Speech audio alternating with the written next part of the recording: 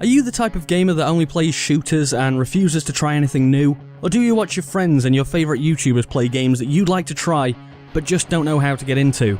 Well, today we're looking at 5 games that'll make a great introduction to a new genre. Number 5. Smite. Now, one of the most successful up-and-coming genres over the past few years absolutely has to be MOBAs. But if you're unfamiliar with RTS movement systems or the top-down view, they can be a little challenging to get into. Well, if you're more comfortable with third-person shooters, then you might want to try Smite. This is definitely a MOBA, but not as most people imagine them. Yes, you have the usual array of different heroes to try out, all with different abilities, but the camera positioning is over the shoulder, and you fire your basic attack like you would in, say, Uncharted or Gears of War. Now personally, I found Heroes of the Storm to be a very accessible MOBA too, and I actually prefer the gameplay in that. But thanks to the hybrid nature of Smite, it's the game that I'd recommend to people entirely new to the genre, plus it's free to play and try out, so even if you don't like it, it doesn't really matter, you haven't lost anything by giving it a go. Number 4. Overwatch. Now, I know it might be hard for some of you COD and Battlefield veterans to believe, but not everyone has played countless hours of FPS games. And if you're one of the people who haven't, Overwatch is a great place to start. And it's not because there's not a high skill cap on this one, because there is. I mean, just watch a pro player stream Overwatch, it's amazing what they can do. No, instead, it's because there's such a great range of heroes to play, and many of them don't require you to have godlike aim to be competitive. I mean, try out Winston with his short-range Tesla cannon, which just needs to be pointed in the vague direction of an enemy to do damage. Or maybe you don't even want to have the pressure of dealing damage to the enemy. Maybe instead you want to heal your team, and you can do that easily with Mercy, whose lock-on beam allows even players with terrible aim to contribute massively to the team.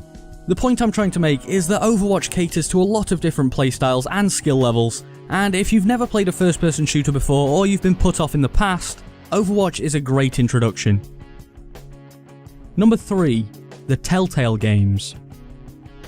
Now, I can't really pick just one game for this one, as pretty much all of the Telltale games have incredibly similar game mechanics throughout, and they've almost created a genre on their own.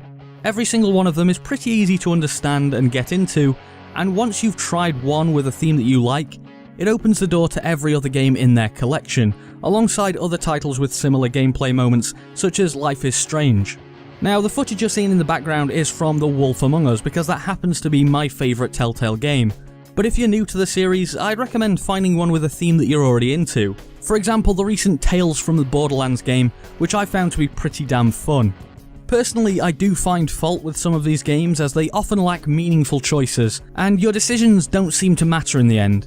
But I do know a lot of people out there who love whatever Telltale make, and with the simplicity of its gameplay, you'll have no trouble getting straight into them. Number 2. Tropico 5. This Banana Republic simulation game allows you to build up from a tiny and easy to manage country to a much more advanced and established island nation.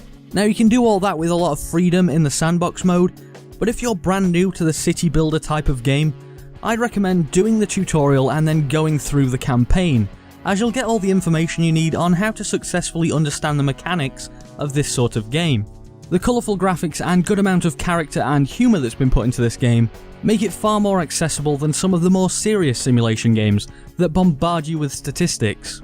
Tropico, though, still incorporates basic versions of a lot of the systems in those games, such as trade and diplomacy, and if you find you like this type of gameplay, you can move on to more complicated titles, like one of my personal favourites, which is Cities Skylines. Number 1. Portal.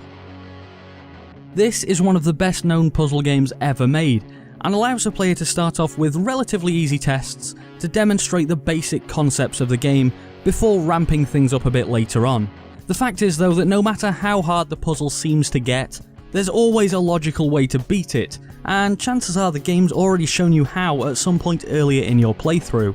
Now sure, there is platforming involved in this one, but for the most part, once you've figured out what you need to do, it's usually fairly simple to pull it off, and every time you beat one of the trickier puzzles, you get a sense of achievement and feel like a real brainiac. That is, until you remember what all your teachers said back when you were at school anyway.